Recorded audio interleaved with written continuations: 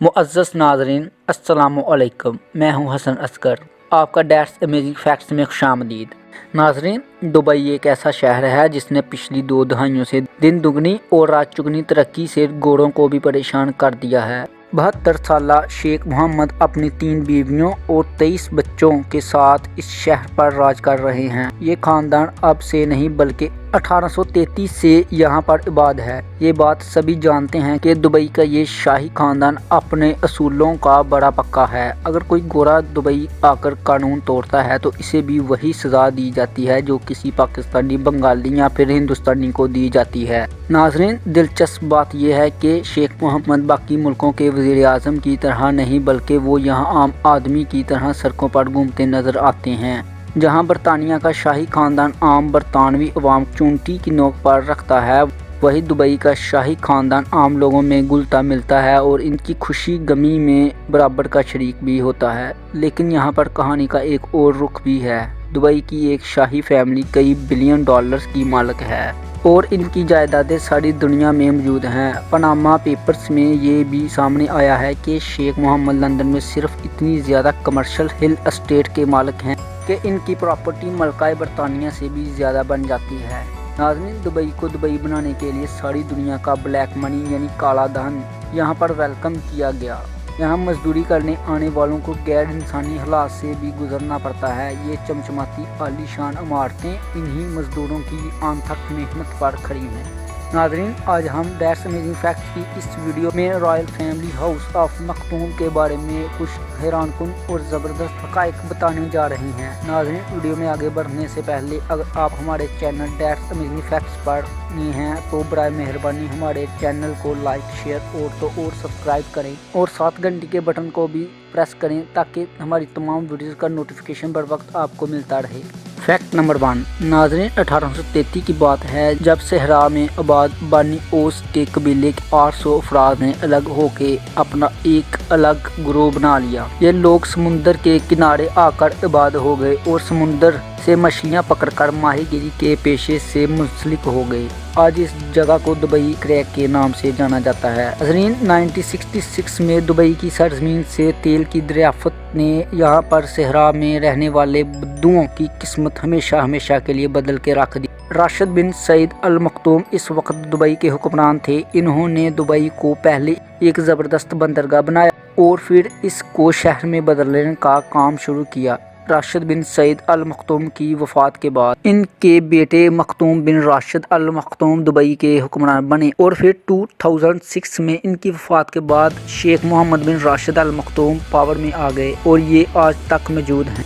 इनका मानना है कि जो काम दुबई में जितने लेवल पर होगा और जो आइडिया जितना क्रेजी होगा वो इतना ही कामयाब भी होगा। नाज़रीन, इसी सोच को मद्देनज़र रखकर दुनिया की सबसे बुलंद तरीन इमारत बुर्ज खलीफा दुबई में बनाई गई और इसी सोच के साथ दुनिया का 7 स्टार होटल बुर्जुल अरब समुंदर में मसनूई आइलैंड बनाकर तमीर किया गया और इसी के साथ साथ पाम जुमेरा जैसे बड़े प्रोजेक्ट भी शुरू करवाए जो कि खला से भी नज़र आते हैं। Fact number 2।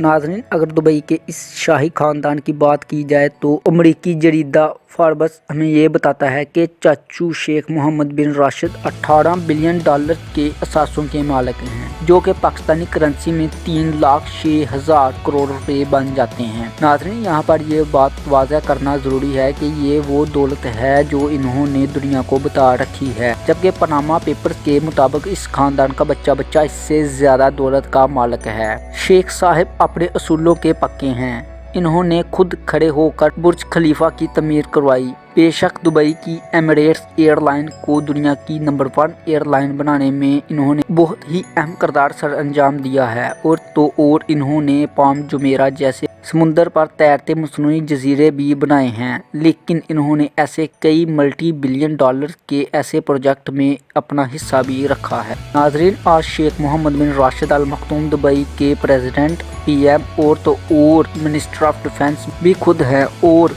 कोई इनसे नहीं पूछ सकता कि इतना पैसा कहां से आया। Fact number 3। नाज़रीन, आज से कुछ अरसे पहले शहजादी शेखा लतीफ़ा अल मखतूम की एक वीडियो इंटरनेट पर अपलोड हुई, जिसमें इन्होंने बयान किया कि वो दुबई से भाग गई है और इन्हें डर है कि इनके वालिद शेख मोहम्मद इन्हें मरवा देंगे। इन्होंने पहले भी एक वीडियो अपलोड की थी और दुनिया से मदद की अपील भी की थी। इस वीडियो में इन्होंने बताया था इन्हें घर में कैद करके रखा गया है। 2018 में गायब होने वाली इस शहजादी के बारे में कोई नहीं जानता कि वो कहाँ है, जिंदा भी है कि नहीं। नाज़रीन, यहाँ पर ये बात भी करना काबिल ज़िक्र है कि शेख मोहम्मद राशिद अल मखतूम ने टोटल 3 शादियाँ की हैं, जिनमें से सबसे ज़्यादा इनकी तीसरी बीवी प्रिंसेस हयात बिनते हुसैन खबरों की जीनत बनी। ये कोई आम शहजादी नहीं थी, बल्कि उर्तन के बादशाह किंग हुसैन की बेटी थी। शेख मोहम्मद से इनकी शादी 2006 में हुई, जिनसे इनके 2 बच्चे भी हैं। आज शहजादी हयात बिन शेख मोहम्मद से तलाक ले चुकी है। इन्हें भी अपनी जान का खतरा है, इसीलिए इन्होंने जर्मनी जाकर सियासी पनाहगाह हासिल कर ली है। नाज़रीन, आपको क्या लगता है कि शेख मोहम्मद से इनके खानदान की खवातीन को क्या खतरा हो सकता है? कमेंट में अपनी राय से आगाह ज़रूर करें। Fact number 4। नाज़रीन, दुबई के शेख मोहम्मद को अगर किसी चीज़ का जुनून की हद तक शौक है तो वो है रेस के घोड़े खरीदना, पालना और इन्हें रेस में भगाना। इनको हॉर्स रेसिंग की तारीख में सबसे ज़्यादा पैसा खर्च करने वाला इंसान समझा जाता है। ये डार्ले स्ट्रट नामी घोड़ों के स्टेबल के मालिक हैं। ये कंपनी यूके, यूएसए, आयरलैंड और दुबई में बहुत से स्टेबल अपनी मलकियत में रखती है। दुनिया का कोई घोड़ा इतना कीमती नहीं जो ये खरीद ना सकें। नाज़रीन, यहाँ पर ये बात भी याद रहे कि इस्लाम में किसी किस्म का जुआ खेलना या फिर किसी की हार या जीत पर पैसा लगाना हराम समझा जाता है, लेकिन दुबई के ये हुक्मरान इस इंडस्ट्री को पूरी दुनिया में लीड कर रहे हैं। Fact number 5। नाज़रीन, दुबई के शाही खानदान हाउस ऑफ मखतूम का अगर कोई आदमी आज सबसे ज़्यादा खबरों की जीनत बना हुआ है तो वो है शेख मोहम्मद का दूसरा बेटा हमदान बिन मोहम्मद अल मखतूम। 38 साला शहजादा अभी शादीशुदा नहीं है और सारी दुनिया की हसीनाओं की दिलों की धड़कन बने हुए हैं। इनका निक नेम फाजा है। इनका इंस्टाग्राम अकाउंट भी है, जहाँ पर ये अपने 12.5 मिलियन फॉलोवर के साथ अपनी रोज़मर्रा की ज़िंदगी शेयर करते हैं। नाज़रीन, अगर सच बात की जाए तो ये आज दुबई वालों का टार्ज़न बना हुआ है। कभी ये भाई साहब बुर्ज खलीफा की टॉप पर खड़े होकर दुबई का झंडा लहराते हुए नज़र आते हैं, तो कभी ये हेलीकॉप्टर से छलांग लगा रहे होते हैं। इनकी फ़ोटोग्राफी की स्किल्स भी काफ़ी अच्छी हैं और हेलीकॉप्टर तक उड़ाना जानते हैं। दुनिया का कोई कोना ऐसा नहीं जहां प्रिंस हमदान नहीं पहुंचा, लेकिन सवाल यहां पर यह पैदा होता है कि भाई ऐसा सब कुछ करना क्यों पड़ रहा है। इसकी वजह शेख हमदान का बड़ा भाई और शेख मोहम्मद का सबसे बड़ा बेटा राशिद बिन मोहम्मद अल मखतूम है। 2015 में राशिद बिन मोहम्मद अचानक दिल का दौरा पड़ने से इंतकाल कर गए थे।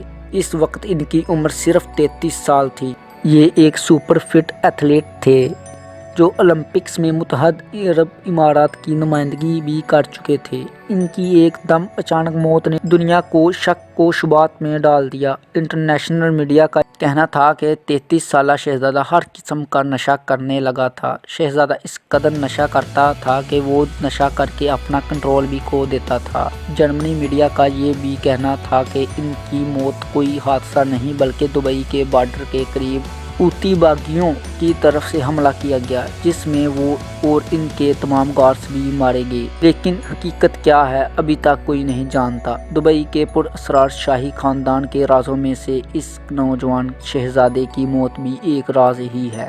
Fact number 6। नाज़रीन, दुबई के शाही खानदान का एक और मेंबर भी है जिसे इंटरनेट पर बहुत ज़्यादा सर्च किया जाता है, जिसका नाम शेखा मरियम बिनते मोहम्मद अल मखतूम है। नाज़रीन, शेखा मरियम प्रिंस हमदान की छोटी बहन और शेख मोहम्मद की लाडली बेटी है। इनको अपनी दूसरी बहनों की तरह अपने वालिद से कोई खतरा नहीं है। ये बात इस खानदान को बहुत अजीब बना देती है, जहाँ एक बेटी को कैद में रखा गया और दूसरी बेटी को सारी दुनिया में घूमने ہونے کی اجازت ہے۔ شہزادی مریم اس وقت 29 سال کی ہے۔ اپنے والد کی طرح انہیں بھی گھوڑا سواری کا کافی شوق ہے۔ یہ اپنے آفیشیل انسٹاگرام اکاؤنٹس پر اپنے والد اور اپنے خاندان کی یادگار تصاویر بھی اپنے فینس سے شیئر کرتی نظر آتی ہیں۔ شہزادی مریم صرف نام کی ہی شہزادی نہیں بلکہ یہ دیکھنے میں بھی سچ مچ کہانیوں والی شہزادی لگتی ہے۔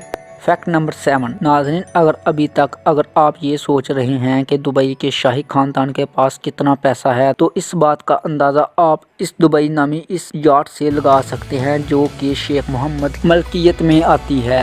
2001 میں شیخ محمد نے یہ یاٹ جرمنی کی ایک کمپنی سے خریدی تھی۔ اس یاٹ پر 1896 میں کام شروع ہوا اور یہ آرڈر برونائی کے سلطان کے چھوٹے اور لاڈلے بھائی پرنس جیفری نے دیا تھا، مگر یاٹ ابھی پوری بھی نہیں ہوئی تھی کہ انہوں نے اس کو بیچنے کا پروگرام بنا لیا۔ 2006 میں جب یہ یاٹ مکمل ہوئی تو شیخ محمد نے اسے $400 ملین منہ مانگی قیمت دے کر خرید لیا، جو پاکستانی کرنسی میں 68 کروڑ روپے بن جاتے ہیں۔ 162 میٹر لمبی یہ یاٹ سال 2006 سے 2009 تک دنیا کی سب سے لمبی یاٹ تھی۔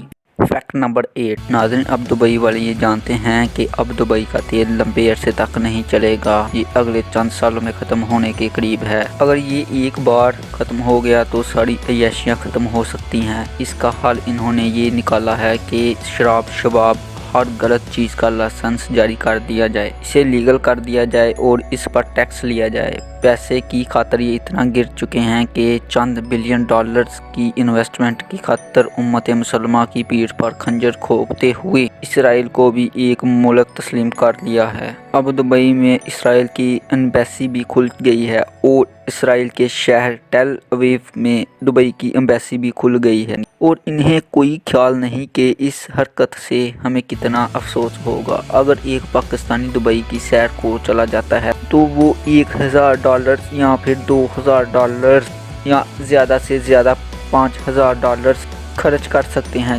جب ایک گورا دبئی کی سیر کو جاتا ہے تو شروع ہی $5000 سے کریں گے، جو اپنی فیملی کے ساتھ جائیں گے تو وہ بآسانی $20000 سے $50000 تک خرچ کر دیں گے۔ ناظرین، یہ یاد رکھیں کہ دبئی کا یہ فارمولہ کافی حد تک کامیاب بھی ہو چکا ہے اور اب تو سعودیہ والے بھی انہی کی نقل میں سستے انگریز بن رہے ہیں۔